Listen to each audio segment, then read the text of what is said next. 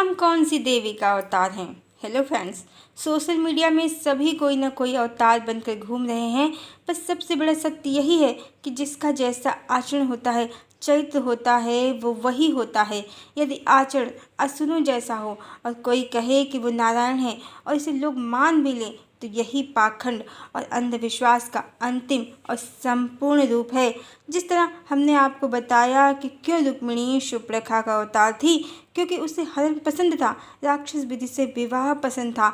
उसके रहते भगवान ने उसके साथ रहते अनेकों से विवाह किया, कहीं भी भगवान की बारात इत्यादि नहीं निकली। भगवान के कुल में असुर जीवात्माओं का जन्म हुआ, जो मदिरा पानकर आपस में लड़कर मर गईं और द्वारिका नगरी डूब गई। स्पष्ट है, चैत्य भी, प्रभाव भी सब शूर्पणखा का है और यही हर व्यक्ति विशेष को समझने का सर्वोत्तम मापदंड है। जैसा जिसका प्रभाव, जिसका आचरण, वही है। आचरण असुर का, व्याभिचारी का, पाखंडी का और स्वयं को कोई देवी देवता बताए तो ये कलिकाल में ही संभव है और आज ये धड़ल्ले से हो भी रहा है। लोग अपना प्रभाव सोशल मीडिया में शीघ्रता से बढ़ाने के लिए स्वयं को अवतार बता देते हैं। हम नहीं कहते कि यहाँ सब गलत हैं, सब झूठे हैं, पर यह अवश्य कहते हैं कि जब सामने वाले का चरित्र उसके कथन से मेल खाए तो ही सत्य समझना चाहिए, अन्यथा मिथ्या प्रलाप समझकर ध्यान नहीं देना चाहिए। और सबसे इम्पॉर्टेंट, ये महत्वपूर्ण नहीं है कि कौन पहले क्या था, वो अब क्या है, यही महत्वपूर्ण है। एक ही जन्म और जीवन में भी वर्तमान में जिसका जैसा चरित्र और आचरण हो, वही उसकी पहचान है। उसका भूतकाल भी उसकी पहचान नहीं है। जैसे अंगुलिमाल, एक भयानक नरभक्षी जो भगवान बुद्ध की कृपा दृष्टि पड़ते ही महान संत बन गया, उसका हृदय परिवर्तन हो गया। इसी तरह रावण भी पूर्वजन्म में अत्यंत धर्मनिष्ठ भानु प्रताप नाम का राजा शास्त्रों में बताया जाता है और भगवान विष्णु का गढ़ तो वो माना ही जाता है। पर वो पहले क्या था, ये मायने नहीं रखता। इम्पॉर्टेंट ये है कि वो वर्तमान में क्या है। कोई भी आत्मा या सोल अपने कर्मों के द्वारा, अपने चरित्र या आचरण के माध्यम से ही सुर या असुर जो भी होती है वो होती है, इसे समझना होगा। इस तरह भूतकाल में या पिछले जन्म में कौन क्या था, ये बिल्कुल भी महत्वपूर्ण नहीं है।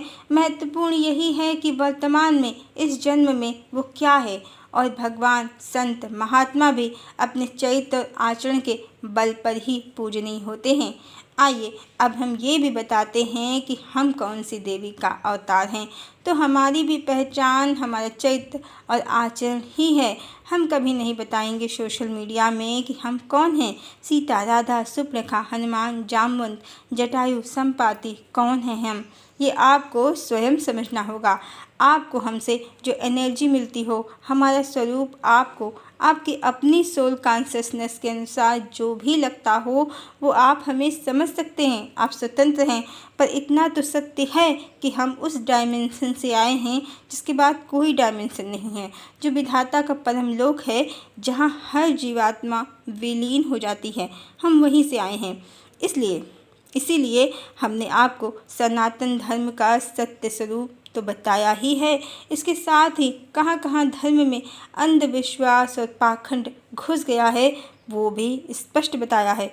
और साथ ही सबसे इम्पॉर्टेंट, पूर्ण सत्य प्रमाणों के साथ हमने भगवान रामचंद्र की सत्य प्रेम कथा बताई है, जहाँ ना तो अग्नि परीक्षा है, न सीता परित्याग, जहाँ मात्र और मात्र प्रिया को समर्पण है। इसके साथ ही श्री कृष्ण की कहानी के सभी उलझे तंतुओं को सुलझाकर देवी राधा को प्रमाणित किया है हमने। जबकि मुख्य धर्म ग्रंथों से काल नेमियों ने माँ आदिशक्ति जगदम्बिका देवी राधा को मिटा ही दिया है, फिर भी हमने बड़े बड़े आचार्यों, महान विभूतियों के द्वारा देवी राधा को प्रामाणिक करते जो कथन कहे गए हैं, लिखे गए हैं, उनके साथ ही भगवान राम के एक पत्नी व्रत का मूल कारण स्पष्ट करके भवानी जगदम्बिका देवी राधा को श्री कृष्ण के साथ इस तरह से प्रतिष्ठित कर दिया है कि अब कोई चाह कर भी इसमें व्यवधान नहीं डाल सकता। श्री कृष्ण के उन सभी रहस्यों को जो कोई भी बाबा, महात्मा, बड़े बड़े ज्ञानी भी आपको नहीं बताते हैं, वो हमने बताए हैं। आज से पहले जो श्री कृष्ण के सत्य हमने बताए हैं, वो वो आपको किसी ने नहीं बताए हैं। इसका अर्थ यही है कि हम कहाँ से आए हैं, उस लोक से आए हैं जहाँ सिर्फ ब्रह्म ज्ञानी ही पहुँच सकते हैं, वेद पाठी भी नहीं। और वैसे तो हमने श्री कृष्ण के सब रहस्य बता दिए हैं, पर आज हम आपको कालनेमियों की वो चाल भी बता देते हैं जिस पर कोई ध्यान नहीं देता है। देवी राधा को शास्त्रों से क्यों मिटाया गया, उनको कल्पना क्यों बताया गया? क्योंकि वो आदि शक्ति हैं, परम शक्ति हैं। उनको जानने मात्र से सारे छल प्रपंच षड्यंत्र टिक सकते नहीं हैं। इसीलिए जानबूझकर असुर कालनेमियों ने उनको शास्त्रों से मिटाकर रुक्मिणी को सीता प्रतिष्ठित किया। पर होता वही है जो विधाता की इच्छा हो, और सतयुग तो आना ही था। इसीलिए विधाता की इच्छा से ही आज से 500 वर्ष पूर्व जब वो स्वयं चैतन्य महाप्रभु के रूप में अवतरित हुए, तो उनके ही समकालीन आगे पीछे संत सूरदास, गोस्वामी तुलसीदास, संत हरिदास, संत रसखान, संत कृष्णदास, गुरु नानक देव, हजारों संत भी धरती पर अवतरित हुए। और सभी महान संतों ने देवी राधा की स्तुति में बहुत सी रचनाएं लिखी। ऐसे में कालनेमियों ने, असुरों ने संतों को कल्पनाशील तक कह डाला, क्योंकि यदि उनको सत्य मान लिया तो भगवान राम के एक पत्नी व्रत का भेद खुलना तय था। श्री कृष्ण की हजारों रानियों पटरानियों का भेद खुलना तय था। इसीलिए असुर डरते रहे, देवी राधा का सत्य स्वीकार करने से दूर भागते रहे और कहते रहे कि कोई राधा वोधा नहीं थी, वो संतों की कल्पना है, मुगलों की मिलावट है। राधा वो प्रश्न हैं जो श्री कृष्ण के चरित्र पर हजारों प्रश्न खड़े करती हैं, और जिनके उत्तर श्री कृष्ण के सत्य स्वरूप योगेश्वर स्वरूप को प्रकट करते हैं। अन्यथा मनुष्य श्री कृष्ण को बहुपत्नीवादी ही समझते और परमात्मा को स्त्री भोगी समझते। पर असुरों के लाख इंकार करने पर भी आखिर ये प्रश्न समाज में व्याप्त हो ही गया। जब इतना ही प्रेम था श्री कृष्ण को, तो देवी राधा से विवाह क्यों नहीं किया? राम एक पत्नी व्रती, तो श्री कृष्ण हजारों के पति क्यों? और इन प्रश्नों ने जो एक तरह का समुद्र मंथन ही हैं, इन्होंने एक दिन सारे रहस्य श्री कृष्ण के प्रकट कर दिए। पहले कालकूट विष ही निकला इस मंथन से, जब समाज में असुरों ने शोर मचाया कि रुक्मिणी ही सीता है और रानियाँ सीता का विभाजन और विस्तार। फिर घोर मंथन के बाद अमृत निकला। नहीं, रुक्मिणी तो स्वप्न में भी सीता नहीं हो सकती। उसके रहते भगवान ने हजारों विवाह किए। वो अवैधिक रीति से हरण और युद्ध के माध्यम से पत्नी बनी। वो लक्ष्मी नहीं हो सकती। लक्ष्मी तो राधा ही है, जिनसे विरह सहा भगवान विष्णु ने पूरे एक जन्म और जीवन रुक्मिणी और उसके जैसी हजारों आसक्त असुर स्त्रियों के कारण।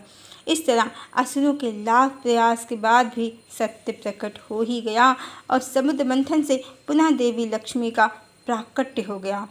अब देवी लक्ष्मी का प्राकट्य हो गया है, तो सत्युग को अवतरित होने से कौन रोक सकता है? कोई नहीं, कोई भी नहीं। अब इतने सारे रहस्य जो हमने संसार को दे दिए हैं, तो हम कोई साधारण तो नहीं हैं। और फिर भी हम स्वयं को कोई देवी अवतार नहीं कहेंगे। लेकिन जैसे चंडिका देवी का जन्म माँ दुर्गा से हुआ है, हजारों रक्त बीजों का नाश करने के लिए अपनी लपलपाती जीभ से, तो हमारे अंदर बाहर और साथ देवी चंडिका की ही एनर्जी है, जो रूढ़ियों, अंधविश्वासों, शुक्राचार्य, सुप्रखा और कालनेमियों की हर काली माया को हम अपने शब्दों की लपलपाती जीभ से पलक झपकते ही साफ कर देंगे। और हमने रुक्मिणी को सुप्रखा कहा है उसके आचरण, प्रभाव और चरित्र के आधार पर ही। पर कुछ पापात्माओं ने इसके लिए हमें धमकी भी दी, अपशब्द भी कहे, हमारा सोशल मीडिया में अपमान भी किया। तो हम देवी चंडिका की ही ऊर्जा से युक्त हैं। हमारा काम मात्र रक्त बीजों को साफ करना ही है, ईश्वर के सत्य स्वरूप को संसार में प्रतिष्ठित करना ही है। मान अपमान जैसी मामूली अवधारणा हमारे लिए जरा भी महत्व नहीं रखती है। हम आए ही हैं सोशल मीडिया में रूढ़ियों, अंधविश्वासों और पाखंडों का समूल नाश करने के लिए। धमकी, अपशब्द और अपमान, ये सब असुरों के कार्यक्रम हमारे लिए नर्सरी केजी के बच्चों का तमाशा ही है, इससे ज़्यादा कुछ नहीं है। और असुरों पर हमें हंसी बहुत आती है। ये बच्चों की तरह हमारे वीडियो का वेट करते हैं, उसे सुनते हैं, फिर अपने कंटेंट उसके अनुसार बनाते हैं। चलो, हमारे बहाने इनकी भी रोजी रोटी चल रही है। हमें तो इनके सी ग्रेड कंटेंट ना तो सुनने की फुर्सत है ना ज़रूरत है। और हमारे वीडियोस तो हमारे अनुसार, हमारे ज्ञान के आधार पर और हमारे प्री डिसाइडेड शेड्यूल के आधार पर ही आते हैं, उसी के अनुसार बनते हैं। हाँ हाँ, बीच बीच में हम इन असुरों की थोड़ी खिंचाई कर लेते हैं। क्या करें, हमें भी तो थोड़े इंटरटेनमेंट की ज़रूरत है, हमारे व्यूवर्स को भी तो थोड़े इंटरटेनमेंट की ज़रूरत है। वैसे तो हमारे सभी व्यूवर्स बहुत ही समझदार और डिवाइन ही हैं, पर असुरों का मज़ा लेने में कोई बुराई नहीं है। ये तो धर्म का ही कार्य है, अब नहीं करेंगे तो कब करेंगे। और जहाँ तक किसी की पहचान कौन क्या है, तो हमारे गुरुदेव के अनुसार ही व्यक्ति विशेष की पहचान उसके विचारों, उसके चरित्र आचरण से होती है, न कि जाति, वंश और कुल से। हरि ओम।